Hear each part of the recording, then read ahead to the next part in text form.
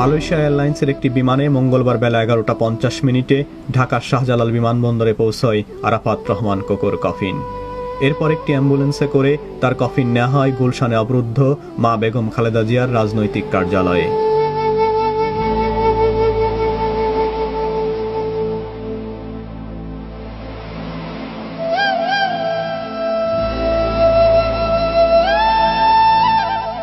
Arafat Rahman কোকোর coffin BNP চেয়ারপারসনের গুলশানের রাজনৈতিক কার্যালয়ে পৌঁছানোর পর প্রিয় সন্তানকে কাছে পেয়ে মমতাময়ী অশ্রুসিক্ত মা বেগম খালেদা জিয়া কান্নায় ভেঙে পড়েন। প্রিয় সন্তানের চিরঘুমন্ত মুখখানি দেখার জন্যে তিনি ব্যাকুল হয়ে ওঠেন এবং নানান রকম স্মৃতিচারণ করতে থাকেন।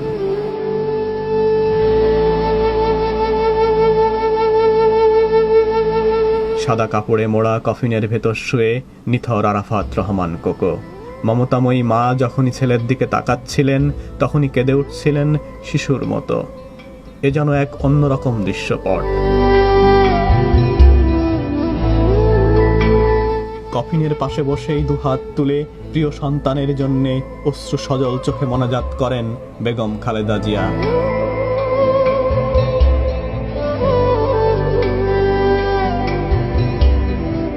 প্রায় 35 মিনিট আরাফাত রহমান কোকোর কফিনের পাশেই বসা ছিলেন মা বেগম খালেদা জিয়া।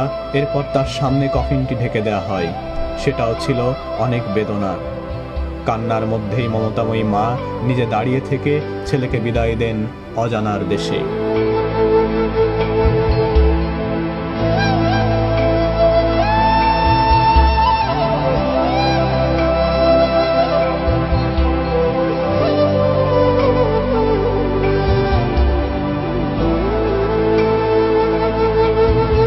গুলশানের কার্যালয়ে স্বজনদের শেষ দেখা ও শ্রদ্ধা জানানোর পর বিকেল 4টার দিকে জানাজার জন্য আরাফাত রহমান কোকোর কফিন নেওয়া হয় জাতীয় মসজিদ বাইতুল মোকাররমে। আরাফাত রহমান কোকোকে শেষবারের মতো দেখতে বেগম খালেদা জিয়ার রাজনৈতিক কার্যালয়ের বাইরে বাংলাদেশ জাতীয়তাবাদী দল বিএনপির হাজার হাজার নেতাকর্মী গুলশানের ৮৬ নম্বর সড়কের প্রবেশ পথ, কার্যালয়ের সামনে এবং আশপাশের এলাকায় অবস্থান করেন। এদিকে আরাফাত রহমান কোকোর কফিন আসার আগেই লাখো লাখো জনতায় পূর্ণ হয়ে যায় জাতীয় মসজিদ বাইতুল মোকাররম এলাকা। বাইতুল মোকাররমেই বাদ আসর আরাফাত রহমান কোকোর নামাজে জানাজা অনুষ্ঠিত হয়। জানাজা শেষে আরাফাত রহমান কোকোর কফিনে ফুল দিয়ে শ্রদ্ধা নিবেদন করেন বিভিন্ন পেশা শ্রেণীর হাজার হাজার মানুষ। এরপর তার কফিন নিয়ে যাওয়া হয় বনানী কবরস্থানে। অবশেষে বনানী কবরস্থানের 1838/147 নম্বর কবরে চিরনিদ্রায় শায়িত হন আরাফাত রহমান কোকো।